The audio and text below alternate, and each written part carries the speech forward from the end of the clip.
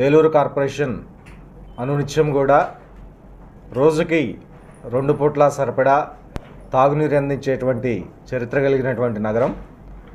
ఆ విధంగా ఎండాకాలంలో కూడా వేసవికాలంలో కూడా అనునిత్యం ఏ రోజు కూడా 2 పూట్ల తాగునీరు ఇచ్చుకుంటూ ప్రజలకు ఇబ్బంది లేకుండా చూసుకుంటూ వస్తున్నాం.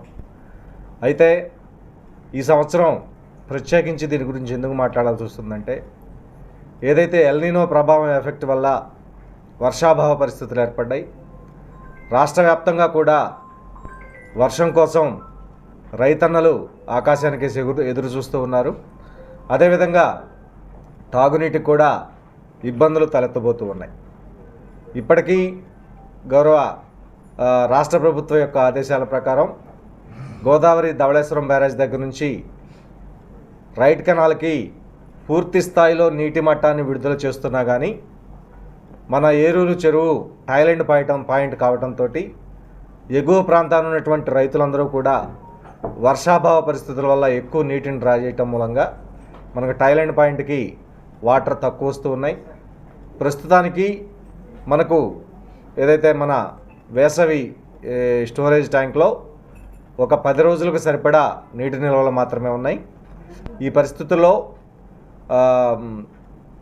ఇంజనీరింగ్ సెక్షన్ సిబ్బంది అంతా కూడా ఒక మీటింగ్ ఏర్పాటు చేసుకొని ఒక 4 రోజుల పాటు, పూర్తి స్థాయిలో కాదు, ఒక 4 రోజుల పాటు ఉదయం పూట రోజుకి 1 గంట తాగునీటి సరఫరా చేయాలని చెప్పి నిర్ణయం తీసుకోవడం జరిగింది.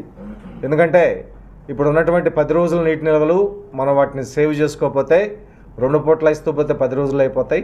ఆ విధంగా మనం 1 పూట ఇవ్వడం మూలంగా నీటి సరఫరాని డబల్ రోజులు పెంచవచ్చు, 20 రోజులకు సరిపడా వస్తాయి.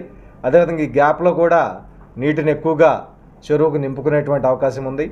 భగవంతుడి దయతోటి ఈ 4-5 రోజుల్లో పుష్కలంగా వర్షాలు పడే పరిస్థితి అయితే వాటర్ డిమాండ్ తగ్గిపోయి మనం ఎక్కువ మొత్తంలో చెరువుని నింపుకునేటువంటి అవకాశం ఉంటుంది. కాబట్టి ముందుగా ఈ రాబోయేటువంటి 4 రోజుల పాటు రేపటి నుంచి ఉదయం పూట మాత్రమే తాగునీటి సరఫరా జరుగుతుందని చెప్పి పట్టణ ప్రజలందరికీ కూడా ఈ సందర్భంగా తెలియజేస్తూ ఉన్నాను.